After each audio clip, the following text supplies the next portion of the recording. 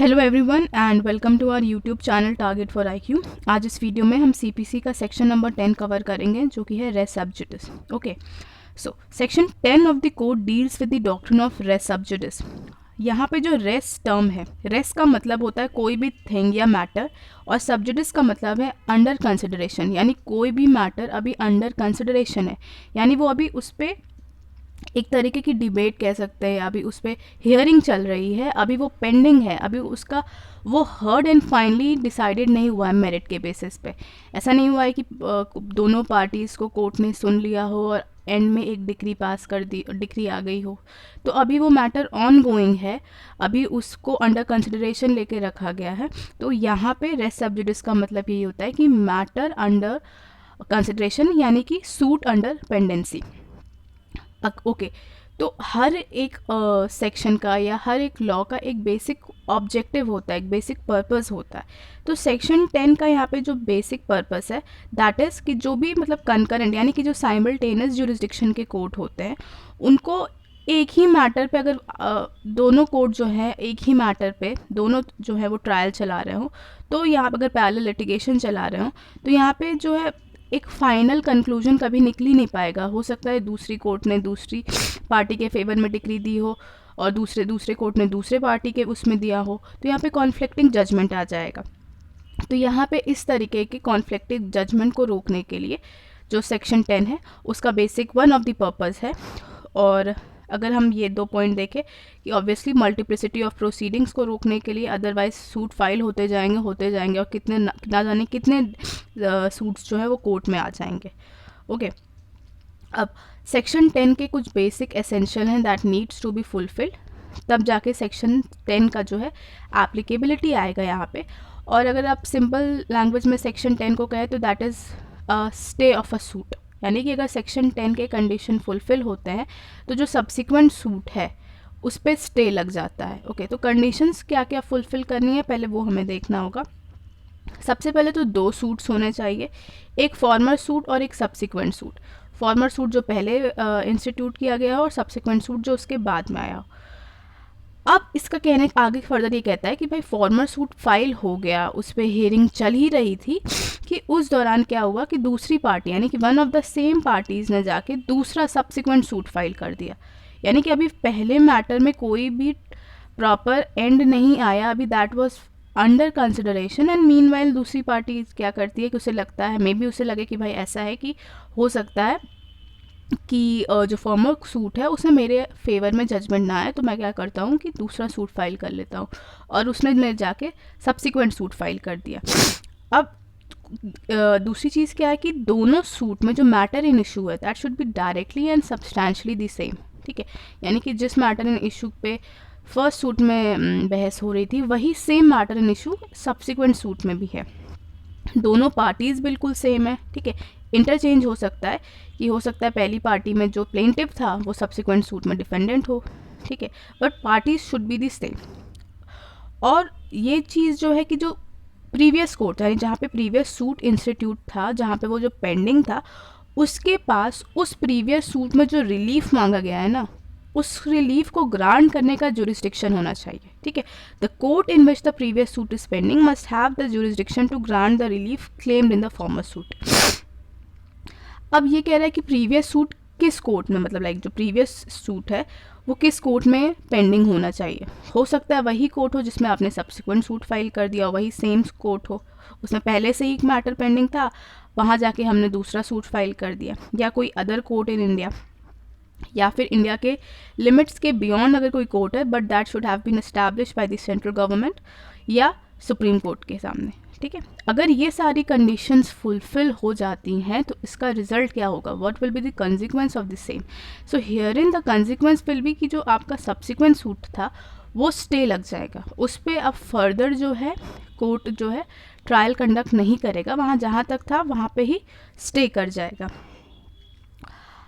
अब अगर आप सेक्शन 10 को रीड करें तो वहाँ पर शायल टर्म का इस्तेमाल हुआ है, तो यानी कि अगर आप उसको एक क्लियर क्लोज रीडिंग थे तो दैट विल शो यू कि इसके जो प्रोविजंस हैं, यानी सेक्शन 10 में जो लैंग्वेज यूज़ की है दैट सेज दैट कि ये प्रोविजन मैंडेटरी है। दैट मीन्स कि अगर आप सेक्शन 10 के प्रोविज़न का वायलेशन करते हैं and any decree that is passed in the violation of the same will amount to nullity, ऐसा उसको पढ़ने पे लगता है।